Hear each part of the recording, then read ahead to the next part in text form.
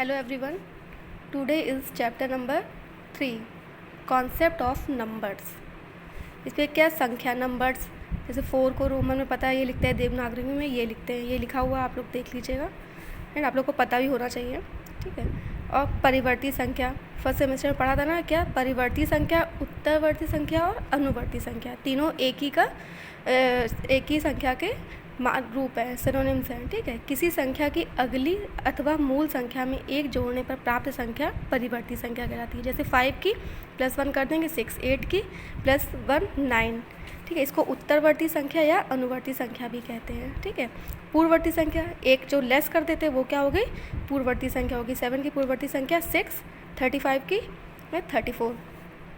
अब 1 की पूर्ववर्ती संख्या क्या होती है, अब ये मत कहिएगा 1 - 1 = 0, ये नहीं होती। 1 की कोई भी पूर्ववर्ती संख्या नहीं होती है, क्योंकि 1 एक प्राकृतिक संख्या है, 0 प्राकृतिक संख्या नहीं है, ठीक है। वो होल नंबर होता है, पूर्ण संख्या।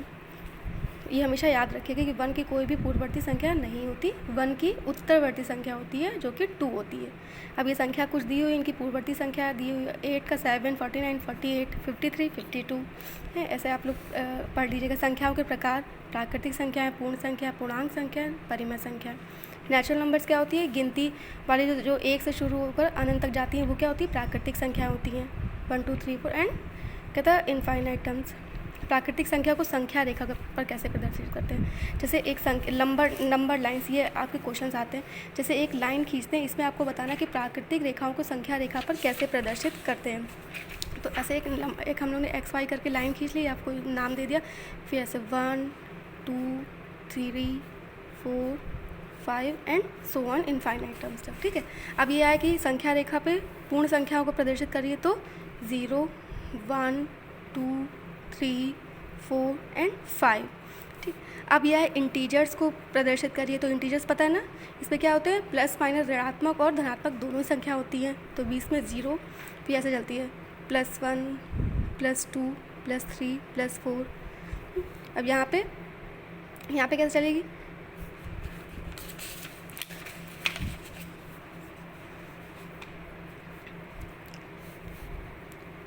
-1 -2 -3 -4, और यहाँ पे प्लस आप इसको अगर मेंशन कर देंगे तो ज़्यादा ठीक रहेगा। और वैसे ही पता है कि ये अगर ऐसी संख्या लिखी हुई तो इसका मतलब ये प्लस ही होता है, ठीक है। तो ये कौन सी होगी, प्राकृतिक संख्या है, पूर्ण संख्या है, ये इंटीजर्स, ठीक है। तो पूर्ण संख्या W = पता है, जब शून्य को प्राकृतिक संख्याओं में जोड़ दिया जाता है तो वो पूर्ण संख्या होती है। पूर्ण संख्या को संख्या रेखा पर प्रदर्शित करना, जैसे मैंने अभी बताया। फिर पूर्ण संख्याओं,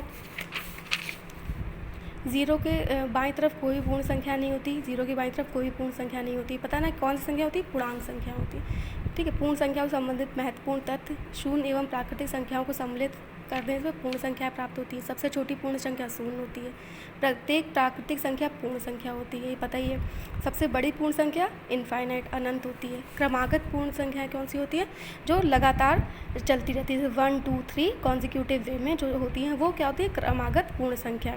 2 क्रमागत पूर्ण संख्याओं का अंतर हमेशा 1 होता है। जैसे 1 2 3 ये क्या है, कॉन्जिक्यूटिव नंबर है ना, क्रमागत संख्या है, तो इनका जब हम दोनों का अंतर निकालेंगे तो क्या आएगा, 1 आएगा ना। 2 में से 1 माइनस करेंगे तो क्या आएगा, 1, 3 में से 2 1, तो 2 क्रमागत संख्याओं का जो डिफरेंस होता है वो 1 होता है।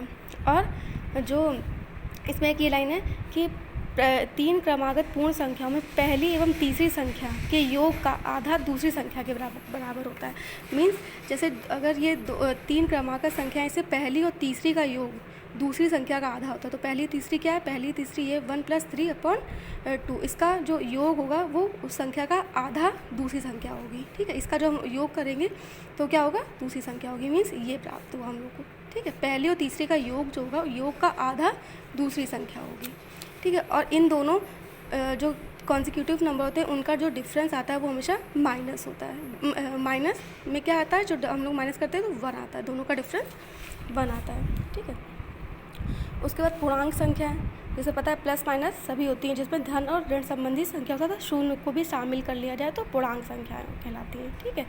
इसे I से प्रदर्शित करते हैं, I = -5 -4 3 2 ऐसे करके। धन पूर्णांक Z + 1 2 3, और ऋण क्या आएगा, Z - -1 -2 -3 एंड सो ऑन।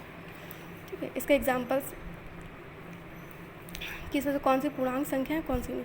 अब देखिए पूर्णांकों का रेखा पर प्रदर्शन निरूपण, तो वही जैसे मैंने बताया था ना कि 0 मिड पॉइंट पे 1 2 3 4 5 -1 2 3 4, ये क्या हो गया पूर्णांकों का संख्या रेखा पर निरूपण।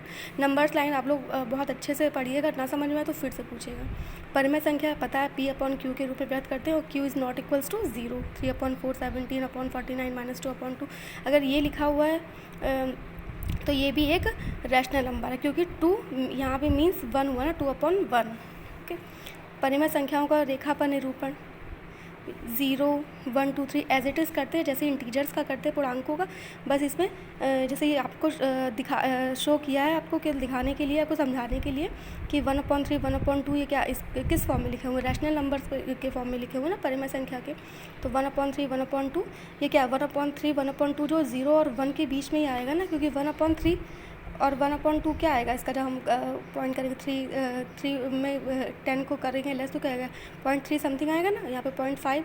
तो ये किससे 1 से तो लेस है ना, 1 बड़ा है इसमें इन दोनों में, तो ये क्या हो गया संख्या इस पर निरूपण कर दिखाया। ठीक है, उसका इनके एग्जाम्पल्स दिए हुए परिमेय संख्याओं की तुलना की कौन सा बड़ा हो कौन सा छोटा। अब हम इसमें क्या देखिए, ये जो प्लस का साइन है ये माइनस का साइन है, तो आपको पता है कि प्लस वाली संख्या बड़ी होगी ऑब्वियसली, तो इसमें आपको कुछ भी कैलकुलेशन करने की नीड ही नहीं है। तो अब अपने आप ही पता चल रहा है कि 3/4 बड़ा है, क्योंकि ये माइनस संख्या है। इसमें भी ये -7/2, चाहे भले इसका जो भाग करेंगे वो ज़्यादा है, क्या आएगा 3.6 आएगा, लेकिन ये माइनस में आएगा और इसका क्या आएगा 0.50। ठीक है, तो ये बड़ा है कि वैसे अगर हम लोग देखेंगे तो 3.5 और 0.5 में कौन सा बड़ा होगा, ये बड़ा होगा, लेकिन अभी इसी संख्या में हम पॉइंट माइनस लगा दें, अब बताएं तो कौन सी संख्या बढ़ोगी, तो अब ये संख्या बड़ी हो जाएगी। ठीक है, तो वैसे यहाँ पे अब 1/2 बड़ा है कि 1/3 इसमें बताना है परिमेय संख्या में। तो अब इसमें एक जो आप थ्योरी याद कर लीजिए, एक लाइन है कि जब इन दोनों के हम हर बराबर करते हैं तो जिस संख्या का अंश बड़ा आता है वही संख्या बड़ी होती है। अब हम इसके एलसीएम से आप लोग सिंपल भी कर सकते हैं, इसको डिवाइड करके कर लोगे, 2 5 ज़ा 10 और 3 3 ज़ा 9, तो इससे क्या समझ में आ रहा है ये वाला बड़ा होगा है। लेकिन जैसे 1/2 1/3 इसका एक फंडा तो ये है कि इसका हम भाग दे दें तो क्या आएगा 2 5 ज़ा 10। ठीक है, और इसका ये क्या आएगा 3 3 ज़ा 9, फिर 3 3 ज़ा 9 ऐसे समथिंग, तो ये बड़ा आ रहा है। इससे समझ में आ रहा है कि 1/2 इज़ ग्रेटर देन 1/3। और इसका दूसरा फंडा ये है कि इन दोनों के जब हर बराबर करते हैं, ठीक है, तो जिस संख्या का अंश बड़ा आता है मतलब न्यूमरेटर बड़ा आता है वो संख्या बड़ी होती है। ठीक है, तो अब हम इसका जब एलसीएम लेंगे इसका हर बराबर करेंगे तो 6 आ जाएगा। ठीक है, तो यहाँ पे क्या आएगा 6, तो ये क्या हो जाएगी ये संख्या 3/6। ठीक है, और ये संख्या क्या होगी 2/6। जब हम इसको लेस करेंगे तो क्या 1/2 ही तो आएगा ना, 1 और 2 और 1 और 3, तो कौन सी संख्या किसका न्यूमरेटर बड़ा हो रहा है, इसका 3 का ना, तो 3 बड़ा होगा 2 से, तो मीन्स 1/2 बड़ी है। ठीक है, जैसे कि अब 3/4 2/5, तो 3/4 और 2/5 में क्या करेंगे इसके एलसीएम लेते हैं तो क्या आएगा 20। ठीक है, अब 20 आए, यहाँ पे क्या आ जाएगा 15, 3 15 ये तो आएगा, फिर 8/20। अब इसका न्यूमरेटर कौन सा बड़ा है, ये न्यूमरेटर बड़ा है, तो कौन सी संख्या बड़ी होगी 3/4। ये यहाँ पर नोट करके दिया हुआ है, धनात्मक परिमेय संख्या ऋणात्मक परिमेय संख्याओं से बड़ी होती हैं, ऋणात्मक परिमेय संख्या 0 से छोटी होती है। ठीक है, 0 बड़ा होगा ऋणात्मक संख्याओं से, पता ही है आप लोगों को। उसके बाद 2 ऋणात्मक परिमेय संख्याओं को हर बराबर करने पर जिसका अंश बड़ा होगा वह संख्या छोटी होगी।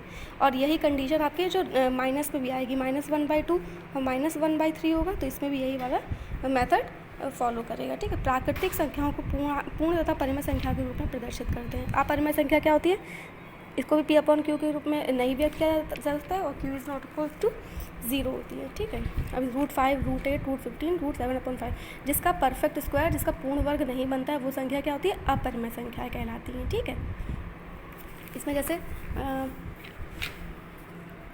अब इसमें हम लोग एक चीज़ समझते हैं, पाई क्या होती है, एक अपरिमेय संख्या, इररेशनल नंबर है। ठीक है, अब इसमें जो 2 संख्याएं होती है, 2 वैल्यू होती है इसकी 22/7 और 3.147, ये क्या है, ये रैशनल है और ये इरेशनल नंबर है, क्योंकि इसको अपॉन के रूप में लिख सकते हैं। इसको जब करेंगे तो हम लोग अपने उसके सफिशिएंट है जिसका इतनी वैल्यू, इसलिए हम लोग रखते हैं, अपनी सुविधा के अनुसार ये वैल्यू लेते हैं। बाकी इसकी वैल्यू तो 1, 3.147 and so on infinite terms तक आती है, ठीक है। तो ये इसका कोई पूर्ण वर्ग नहीं बनता, इसलिए ये अपरिमेय संख्या होती है। और ये कहता है ये क्या है, परिमेय संख्या है, ठीक है। जिसका पूर्ण वर्ग बनता है, जैसे ये 4 है, ये क्या है, ये परिमेय संख्या है, क्योंकि इसका जब हम स्क्वायर लेंगे, वर्गमूल निकालेंगे, स्क्वायर रूट, तो क्या आएगा, 2 आएगी। अब यहाँ पे √3 है, √3 का आप लोग क्या आएगा, 1.732 ऐसा समथिंग। तो ये पूरा एंड ऑन इनफाइनाइट तक जा रही है, ठीक है। तो इसका कोई पूर्ण वर्ग नहीं बन रहा है, लास्ट कोई डिजिट नहीं आ रही, तो ये अपरिमेय संख्या है। उसके बाद परिमेय व अपरिमेय संख्या संबंधी जो तथ्य है, अपरिमेय संख्या कभी पूर्ण वर्ग नहीं होती। 2 परिमेय संख्याओं का योग हमेशा परिमेय संख्या होता है। 2 परिमेय संख्याओं का गुणा परिमेय संख्या होती है। 1 परिमेय व 1 अपरिमेय संख्या का योग अपरिमेय संख्या होती है। 1 परिमेय एवं अपरिमेय संख्या की गुणा अपरिमेय संख्या होती है, ठीक है। ये कुछ संख्याएं दी हुई हैं, इनकी पूर्ववर्ती और परिवर्ती संख्या ज्ञात कर लीजिएगा आप लोग, ठीक है। ये क्या इंपॉर्टेंट नोट्स है, ये आप लोग कंठस्थ करिएगा। सबसे छोटी प्राकृतिक संख्या 1, किसी प्राकृतिक संख्या में 1 जोड़ने पर परिवर्ती संख्या प्राप्त होती है, 1 घटाने पर पूर्ववर्ती संख्या प्राप्त होती है। 1 की कोई पूर्ववर्ती संख्या नहीं होती, ये हमेशा याद रखिएगा आप लोग। जैसे मैंने पहले बताया भी था, कोई प्राकृतिक संख्या सबसे बड़ी संख्या नहीं कि कही जा सकती। सबसे बड़ी संख्या जो होती है वो प्राकृतिक संख्या, वो अनंत होती है, ठीक है। इसकी एक्सरसाइज करेगा। Okay, thank you class.